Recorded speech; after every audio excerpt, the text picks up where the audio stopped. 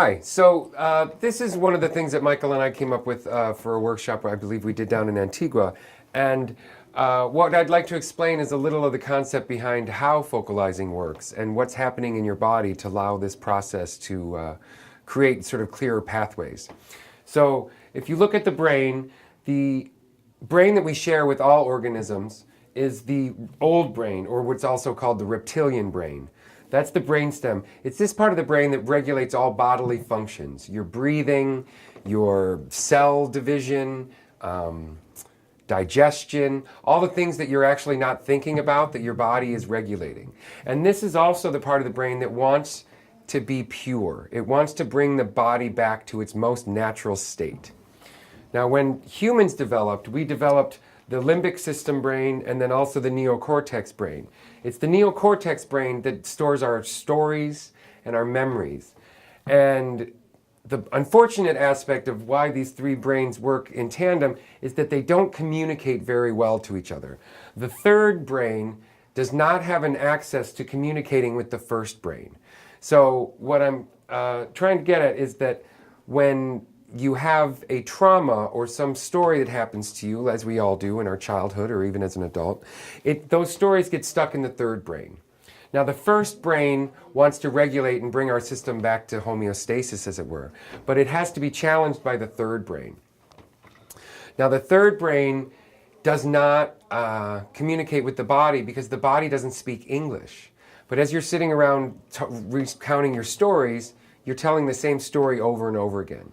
But the lower brain that wants to bring your body back to a regular purified state isn't understanding what's happening.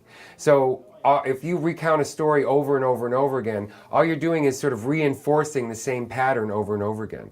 So what focalizing does is it creates a resonance field almost through the first brain, and it will actually send a signal that it regulates that it's okay for these stories to be released.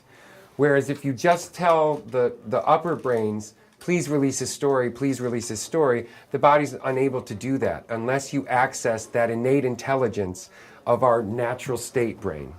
So ideally, if you are in therapy and you recount your story over and over again, the imagery and everything else is not going down. It's not going from 3 to 2 to 1 to clear out that resonance. So when you focalize, you ask nature or source energy to resonate a field that allows that communication to flow better. So it will go from 1, 2, and 3, almost like a geyser. It will sort of spurt up the information, second and third brain, to release the stories that have been holding you back. The first time I heard Scott do this, he did it so quickly Yeah, that he kind of knocked me off my feet. But he was comparing it to his years of psychotherapy. And from a long-time psychotherapist, I had the same reaction. He said, oh, you mean all that therapy I was doing was going 3, 2, 1, or trying to go 3, 2, 1, and I wasn't having that much success. He says, now I'm doing 1, 2, 3, and it's working. Because 2 and 3 integrate what was illuminated from 1. And to me, that is a very, very rich distinction. I mean, as a psychotherapist, as someone who's been around the field and been through all the different phases over the last 30 years, I also want to say Scott had mentioned that psychotherapy isn't really up to this yet. It is. It's coming fast. It's just things, the way our cultures work are glacial in terms of movement. But all of the psychotherapies are coming at this. They're coming at it more through the trauma perspective, this is greatly informed by. But it's happening. And I would like to think faster. The other thing I think is holding it back is insurance companies and what they're willing to pay for. But that's true. So the body drop is what you did before. When I asked you to drop into your body. So the term body drop happened. And what that does, it allows us to focalize. And how many people had some kind of pleasant feeling during that first little body drop we did. Good. So a good number of you had some kind of pleasant feeling. If you had a pleasant or a calm feeling, whatever feeling you have is at least one dimension of what I refer to as source energy. That means you're already connecting. You know what I mean? That means that nature is already coming through you. And another quick distinction is that we have been conditioned to lead with our thinking mind, to think that we can plan our future with our thinking mind. And that's a real misnomer, because our thinking mind is limited to what it's been exposed to up until now.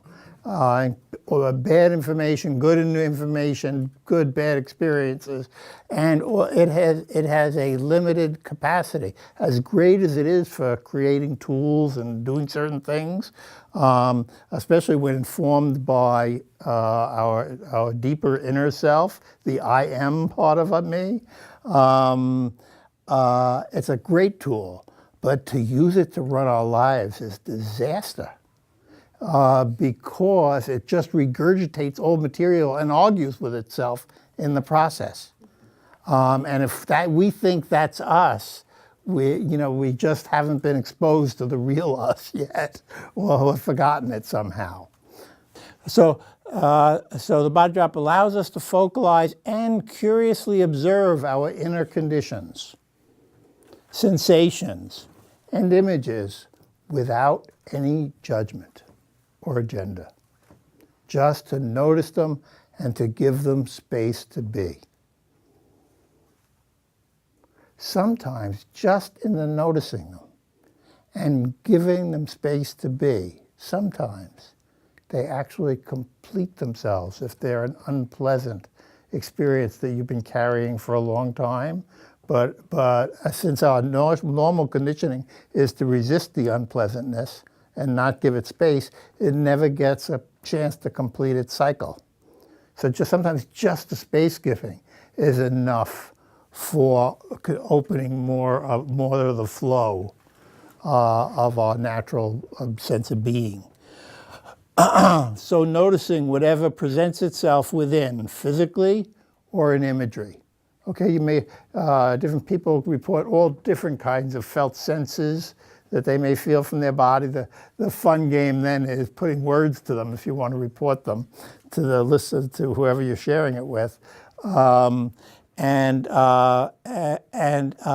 People will have all kinds of imageries. They might have flyby imageries. We also call it fly-by-by imageries. Flyby imageries mean it's an image and it doesn't seem to have any significance, it just flew by. A fly-by-by image is an image that comes by, flies by, but it seems to have meaning.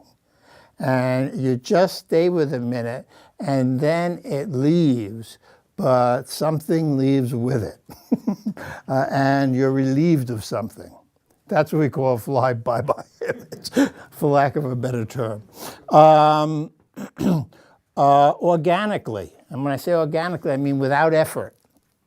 Organically, integrating gratitude and the body's natural state, which is a natural state of source energy. I mean, we are atoms, molecules, subatomic particles, all buzzing around in space, an immense space, and each of us has our own sequencing of those energies moving around in us based on our ancestries, our families, what we've been exposed to.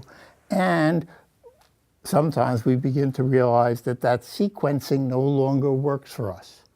And focalizing is a wonderful way to, one, notice that, and then two, I can shift sequencing. I can shift to a better experience. And we'll be talking about that more later.